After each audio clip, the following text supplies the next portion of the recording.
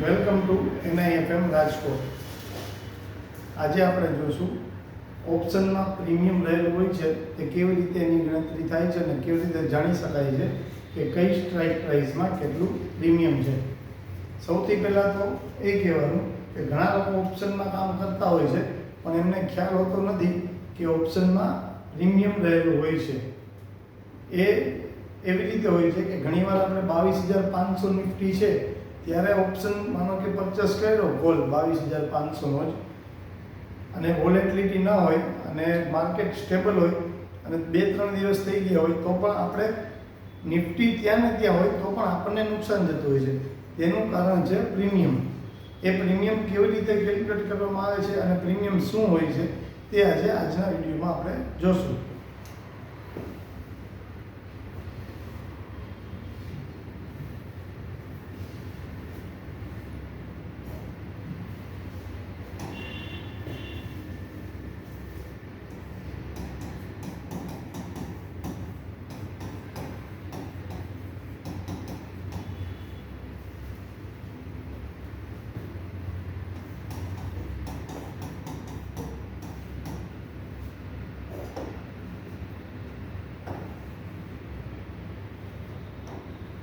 સૌથી પહેલા જણાવો તો થ્રી ટાઈપ્સ પ્રીમિયમ હોય છે ટોટલ.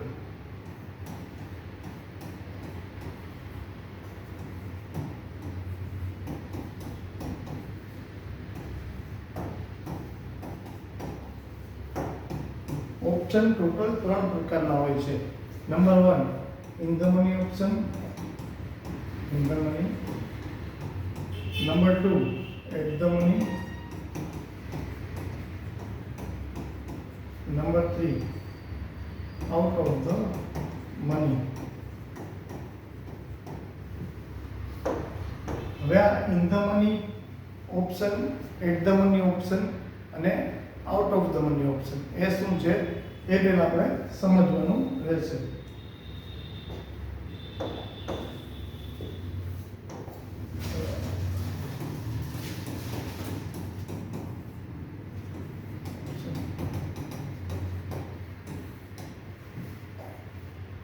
જે લોકો નિફ્ટી અને બેંક નિફ્ટી એટલે કે ઇન્ડેક્સ ઓપ્શનમાં કામ કરે છે એમને ખ્યાલ હશે કે નિફ્ટી અને બેંક નિફ્ટીમાં ઓપ્શન ચેન એક્સપાયરી જે થાય છે એ આપણે સ્પોટ પ્રાઇસ ઉપર થાય છે.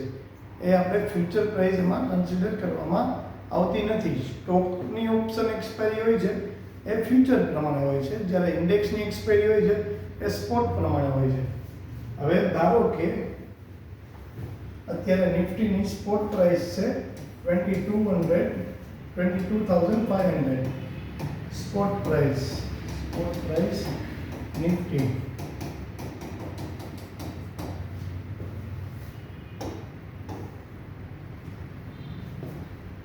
અને આપણે 22,400 નો કોલ બાય કરીએ તો એ થશે આપણો ITM એટલે કે ઇન ધ મની ઓપ્શન. હવે આ ઇન ધ મની ઓપ્શનમાં બે પ્રાઇસ ઇન્ક્લુડિંગ હોય છે. એક તો નંબર 1 કોસ્ટ એટલે કે આપણે 22,500 22,500 નિફ્ટી ચાલે છે અને આપણે કોલ બાય કરીએ છીએ 22,400 નો એટલે 100 રૂપીસ છે કોસ્ટ થઈ. અને માનો કે ઓપ્શનની 22,500 નો ઓપ્શનનો પ્રાઇસ ચાલે છે અત્યારે 140 ચાલે છે, બરાબર. તો આપણે એ 100 રૂપીસ કોસ્ટ થઈ અને 40 રૂપીસ એ થયું આપણું પ્રીમિયમ. એટલે ટોટલ આપણે જે નિફ્ટી પરચેસ કરીએ છીએ એની પ્રાઇસ આપણે શું પ્રાઇસમાં આપણે નિફ્ટી પરચેસ કરી ગણાય તો કે 22,400 ની આપણે કોલ બાય 140 રૂપીસ એટલે 22,400 પ્લસ 140 એટલે આપણે નિફ્ટી બાય કરેલ છે 22,540 રૂપીસ અને અત્યારે પ્રાઇસ કેટલો ચાલે છે તો કે 22,500 એટલે 40 રૂપીસ થયું એ પ્રીમિયમ છે. હવે આપણે નિફ્ટી છે એ 22,540 ની ઉપર જશે એટલે આપણને પ્રોફિટ થશે, અને જો 22,540 ની નીચે રહેશે તો આપણા આ જે છે એટલી નુકસાની જશે. હવે આપણે સમજીએ કે આપણનું મેક્સિમમ લોસ કેટલો છે, તો કે 140 રૂપીસ જે આપણે આપેલ છે એ 140 રૂપીસ આપણે ક્યારે જશે, જો નિફ્ટી 22,400 થી નીચે બંધ આવશે, નીચે બંધ કરશે તો આપણા 140 રૂપીસ જશે. ઇન ધ મની ઓપ્શન છે એટલે, અને નિફ્ટી જો 22,600 જો બંધ આવશે તો આપણી કોસ્ટ એમાંથી લેસ કરીએ તો આપણને 60 રૂપીસ પ્રોફિટ થશે. અને જો નિફ્ટી 2500 જ બંધ આવશે તો આપણું પ્રીમિયમ છે 40 રૂપીસ એ વયું જશે અને આપણને 100 રૂપીસ આપણા પાછા જમા થઈ જશે જે આપણે કોસ્ટ પે કરેલી હતી એટલા. એટલે ઇન ધ મનીમાં હંમેશા પ્રીમિયમ ઓછું હોય છે પણ એનો પ્રાઇસ વધારે હોય છે. ઇન ધ મની ઓપ્શન લેવાનો બેનિફિટ એ છે કે આપણે ઓનલી 40 રૂપીસ એટલે કે નિફ્ટી જ્યાં ચાલે છે એનાથી ખાલી 40 રૂપીસ અપ જશે, એ પછી આપણો ડાયરેક્ટ પ્રોફિટ ચાલુ થઈ જશે. હવે એવી જ રીતે આપણે નંબર 2 જોઈએ, at the money option. At the money આપણે જોયું કે નિફ્ટીની અત્યારે સ્પોટ પ્રાઇસ છે 22,500. હવે આપણે 22,500 નો કોલ બાય કરીએ 100 રૂપીસમાં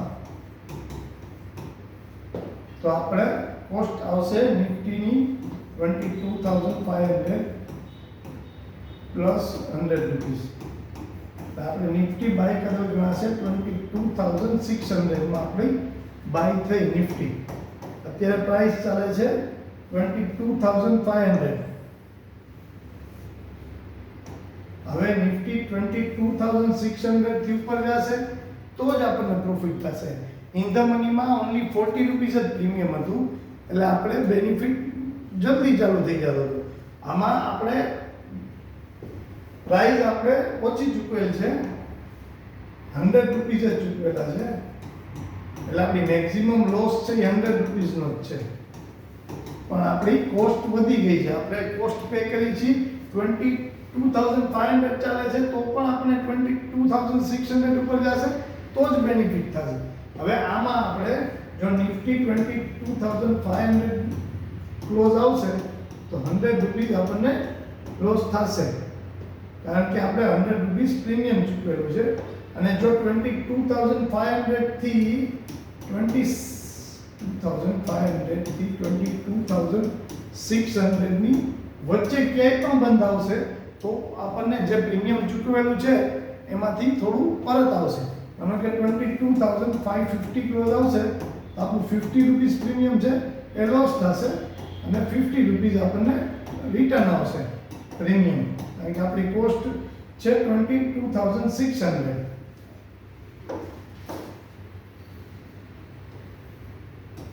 એટલે એટ ધ મનીમાં આપણને નુકસાન ઓછું થશે પણ સામે પ્રોફિટ પણ થોડો લેટ ચાલુ થશે.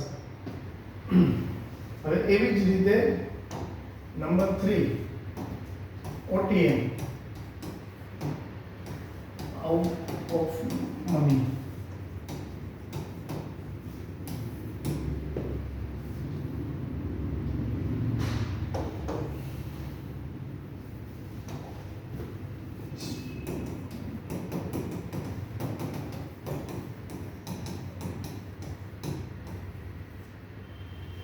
હવે 22,500 સ્પોટ પ્રાઇસ છે આપણી અને આપણે જો 22,600 નો કોલ બાય કરીએ છીએ 100 રૂપીસમાં તો આપણી કોસ્ટ થશે 2,600 પ્લસ 100 રૂપીસ એટલે કે 2,700. અત્યારે નિફ્ટી ચાલે છે 22,500 500 ચાલે છે, પણ આપણી કોસ્ટ થઈ 22,700 કારણ કે આપણે out of the money option buy કરેલો છે. હવે આઉટ ઓફ ધ મની છે તો આપણને મેઇન એ છે કે એનું પ્રીમિયમ ઇન ધ મની અને એટ ધ મની કરતાં ઓછું હોય એટલે આપણને લોસ ઓછો જાય પણ પ્રોફિટ પણ આપણને બહુ લેટ જનરેટ થાય. ઘણીવાર બહુ વધારે વોલેટિલિટી હોય છે ત્યારે જ આપણે OTM પ્રાઇસ બાય કરીએ તો આપણને બેનિફિટ થાય છે. બાકી રનિંગ માર્કેટમાં જ્યારે ઓછી વોલેટિલિટી હોય ત્યારે આ ઓપ્શન હંમેશા લોસ જ કરાવે છે બાયમાં. હવે આ જે વસ્તુ આપણે જોઈ in the money option, out of the money option અને એટ ધ મની ઓપ્શન, એ આપણે ઓપ્શન ચેઇન દ્વારા એકવાર સમજીશું.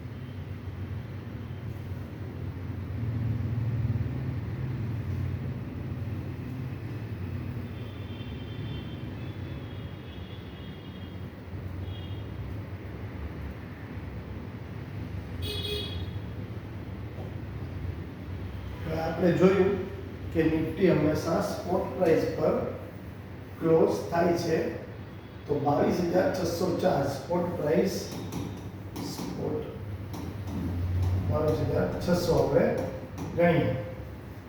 હવે એનો ઇન ધ મની ઓપ્શન થશે 22,500. આ થયો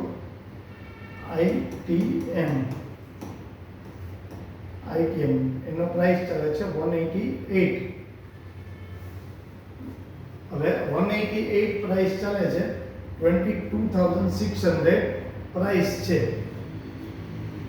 તો 22,600 માંથી આપણે 22,500 લેસ કરીએ એટલે 100 રૂપીસ થયા અને પ્રાઇસ ચાલે છે 188.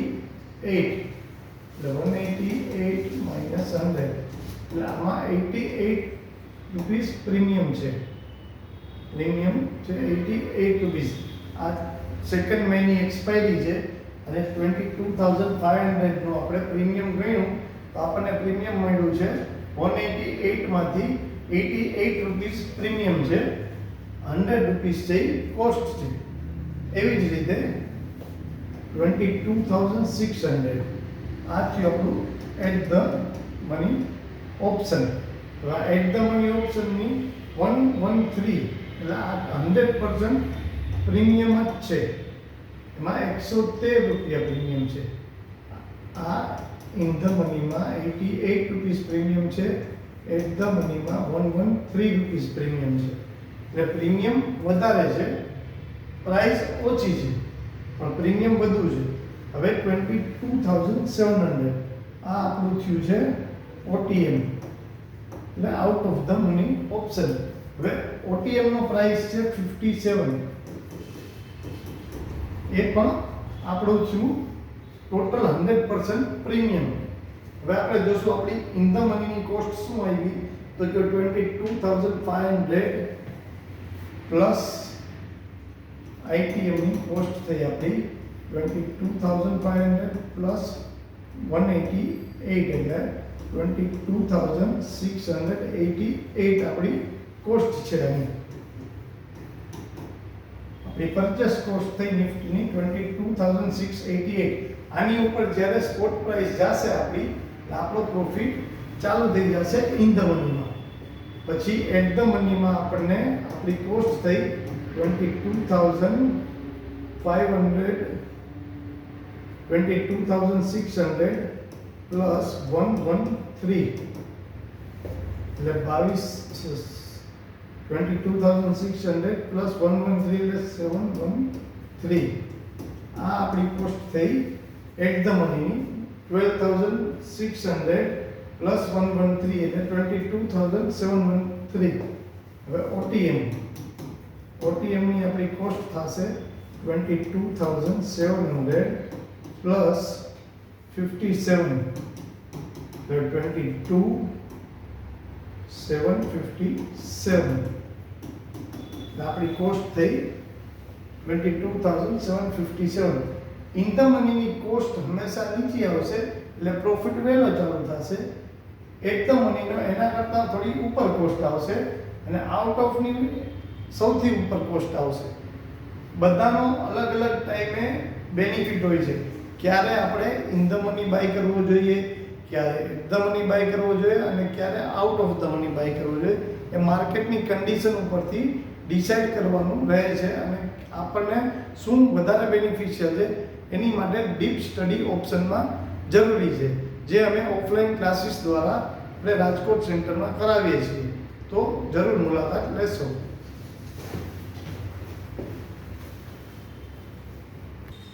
આવી જ વધારે ઇન્ફોર્મેશન અને અમારા ઓફલાઈન કોર્સીસ વિશે માહિતી મેળવવા માટે આજે જ કોન્ટેક્ટ કરો NIFM રાજકોટનો. એડ્રેસ છે Maruti arcade above Raiya road underbridge near Kisanpara Chowk Rajkot. Contact number is 7211199950. Thank you.